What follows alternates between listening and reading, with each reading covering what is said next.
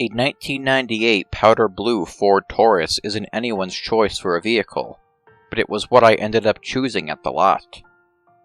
It wasn't a bad car, not too many miles, recently replaced tires, and it was cheap. My only real complaint is that the previous owner had seriously gone overboard with air fresheners. The whole interior reeked of vanilla and pine. The dealer, a real nice guy, said he was cutting me a deal. He told me that they were having trouble moving this one off the lot. He explained that no one seemed to be interested. I guess I'm less picky than average, because the car looked fine to me, so a check and a handshake later I was driving home. That's when the strangeness started. I hadn't noticed it during the complimentary test drive I had been given, but there was a lump in the padding of the seat, right in the small of my back. It wasn't enough to make driving uncomfortable, so I assumed the foam was coming loose under the fabric and let it go. The car was a decade old after all. For about 2 weeks, I drove the car like that, to and from work, picking up groceries and stuff like that.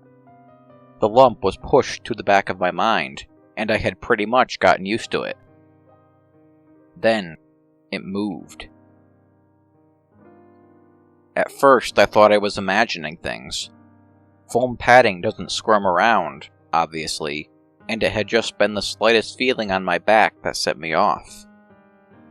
But no, as I kept driving, it became clear that the seat had shifted. It definitely felt different against my spine.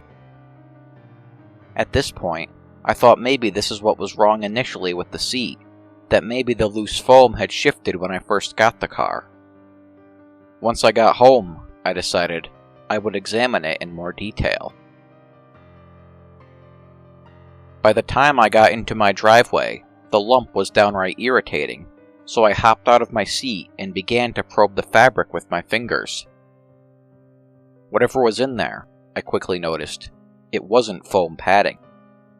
The consistency was thicker than foam, almost gelatinous, and there was hard pieces inside it that felt almost like stone. I couldn't make it out at the time, but the shape of the thing was familiar too. Confirming my suspicions, I also noted for the first time a long seam in the seat that someone had stitched up. The previous owner must have stuck something in there. I hopped back in to take the car to the dealer and complain. This is the sort of thing a salesman should tell you, you know? Maybe they just didn't know about it. I hadn't seen it at first either. I was about halfway to the dealership when the thing in the seat began writhing around. Not a shift like before, but actively crawling underneath the fabric. If you can imagine the feeling of something worming its way across your lower back, you can probably replicate my reaction.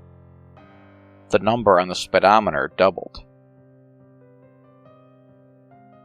I nearly ruined those recently replaced tires swerving into the dealership parking lot.